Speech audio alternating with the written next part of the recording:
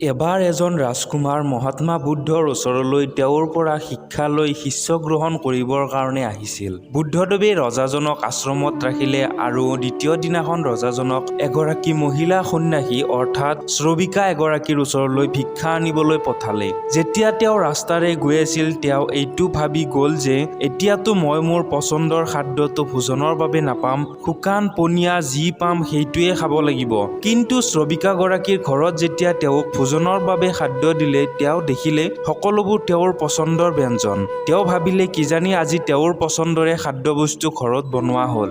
তেওঁ ভোজন শেষ কৰিলে। ভোজন শেষ কৰাৰ পিছত তেওঁৰ মনত পৰিল যে সদায় ভোজন কৰাৰ পাছত তেওঁ অলপ সময় ৰাজপ্ৰসাদত বিশ্ৰাম কৰে, কিন্তু আজি তেওঁক এতিয়াই এই প্ৰখৰ ৰ'দত উভতাই পঠোৱা হ'ব। তেতিয়াই শ্ৰবিকাগৰাকীয়ে ক'লে, মহাৰাজ, যদি আপুনি বিচাৰে তেন্তে অলপ সময় বিশ্ৰাম কৰি ল'ব পাৰে। ৰাজকুমাৰ বহুত আচৰিত হ'ল। তেওঁ ভাবিলে যেতিয়াই মই বিশ্ৰামৰ কথা ভাবিলো তেতিয়াই মোক বিশ্ৰামৰ কথা ক'লে, কি আচৰিত কথা। আকৌ এনেকৈ ভাবি ল'লে যে নিশ্চয় সংযোগক্ৰমে এনেকুৱা হৈছে। যেতিয়া মই বিশ্ৰামৰ কথা ভাবিলোঁ তেতিয়াই কিজানি শ্ৰবিকা এগৰাকীৰো মনত আহিলে যে ভিক্ষুক লোক ইমান দূৰ বাট খোজকাঢ়ি আহিছে, নিশ্চয় তেওঁৰ বিশ্ৰাম কৰিবৰ মন যাব।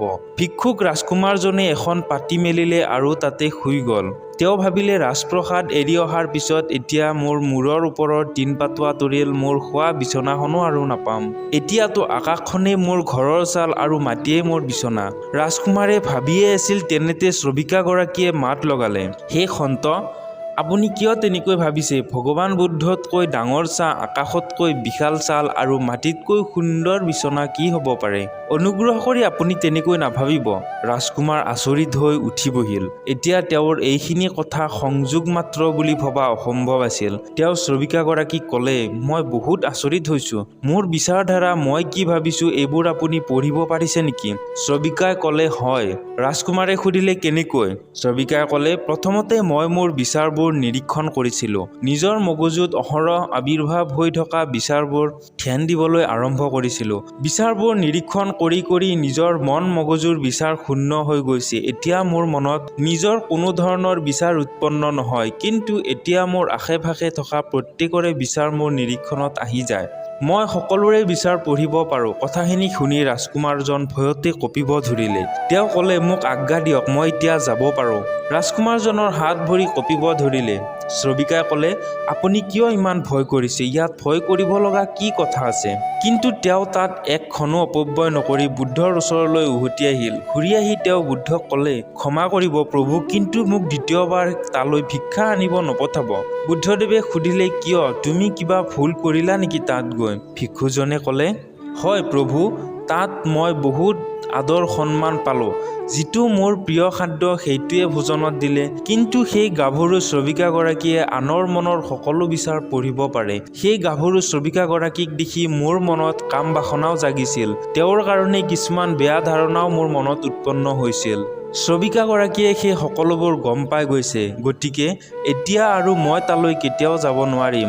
কেনেকৈ তেখেতৰ সন্মুখত থিয় হ'ম? কেনেকৈ তেওঁৰ চকুত চকু ৰাখি কথা ক'ম? বুদ্ধই ক'লে, তুমি তালৈ যাবই লাগিব। যদি এনেকৈ ক্ষমা বিচাৰা তেন্তে ভিক্ষুক হোৱাৰ একো আৱশ্যক নাই। যেতিয়ালৈ মই তোমাক মানা নকৰোঁ তেতিয়ালৈ সদায় তুমি তালৈ যাব লাগিব। সপ্তাহ, মাহ, এবছৰ, দুবছৰ, যেতিয়ালৈকে মই নকওঁ। এইটোৱেই তোমাৰ সাধনা। কিন্তু নিজৰ সুস্থ মগজুৰে যাবা আৰু এইটো লক্ষ্য কৰি যাবা যে তোমাৰ মগজুত কি বিচাৰ আহে, কেনেধৰণৰ বাসনা জাগে। আৰু একো নকৰিবা। বেয়া বিচাৰ আৰু বেয়া বাসনাৰ লগত তুমি যুঁজ দিবলৈ চেষ্টা নকৰিবা। মগজুত যিমান বিচাৰ বিবেচনাৰ সৃষ্টি হয় তুমি কেৱল সেইবোৰ নিৰীক্ষণ কৰিবা। ভিক্ষুজনে দ্বিতীয় দিনাও তালৈ গ'ল। আজি জীৱনত প্ৰথমবাৰ তেওঁ সম্পূৰ্ণ সচেতন মনে খোজ কাঢ়িছে। আৰু যেতিয়া শ্ৰবিকাগৰাকীৰ ঘৰৰ ওচৰ পালে তেওঁৰ সচেতনতা আৰু বাঢ়ি গ'ল। আৰু যেতিয়া তেওঁ ঘৰৰ দুৱাৰদলিত প্ৰথম খোজ ৰাখিলে তেতিয়া তেওঁৰ সচেতনতাই চৰম সীমা পালে। নিজৰ প্ৰতিটো ভৰিৰ খোজ, প্ৰতিটো উশাহ নিশাহ তেওঁৰ অনুভৱ হৈছিল। যেতিয়া তেওঁ ঘৰৰ ভিতৰত প্ৰৱেশ কৰিলে তেওঁৰ মন একেবাৰে শান্ত হৈ গ'ল। যেন এটা কোঠাত শলিতা জ্বলিছে আৰু ঘৰৰ প্ৰতিটো কোণ উজ্বলি উঠিছে। তেওঁ ভোজন কৰিলে, বিশ্ৰাম কৰিলে, তাৰ পাছত আশ্ৰমলৈ উভতিল। তেওঁ সিদিনা আনন্দেৰে উভতিল আৰু আহি বুদ্ধৰ চৰণত সেৱা লৈ ক'লে, প্ৰভু, আজি আচৰিত ঘটনা হ'ল। যিমানে মই তেওঁৰ ওচৰ পালোঁ সিমানে মই সচেতন অনুভৱ কৰিলোঁ। মই দেখিলোঁ বিচাৰবোৰ কামনা বাসনাবোৰ যেন শূন্য হৈ পৰিল। মন একেবাৰে শান্ত, নিৰ্মল, পবিত্ৰ আৰু স্বচ্ছ হৈ পৰিছিল। বুদ্ধই ক'লে, এতিয়াৰে পৰা তুমি তালৈ আৰু যাব নালাগে। তোমাৰ উদ্দেশ্য সফল হৈছে। যিকোনো বিচাৰ সৃষ্টি হ'লে তুমি ভাবি ল'বা যে তোমাৰ বিচাৰ ওচৰৰ সকলোৱে বুজিব পাৰিছে। যিমানে সচেতনতা বাঢ়িব সিমানে মনৰ ভিতৰৰ বিচাৰ বিবেচনা, কামনা বাসনা আদিবোৰ কমি আহিব।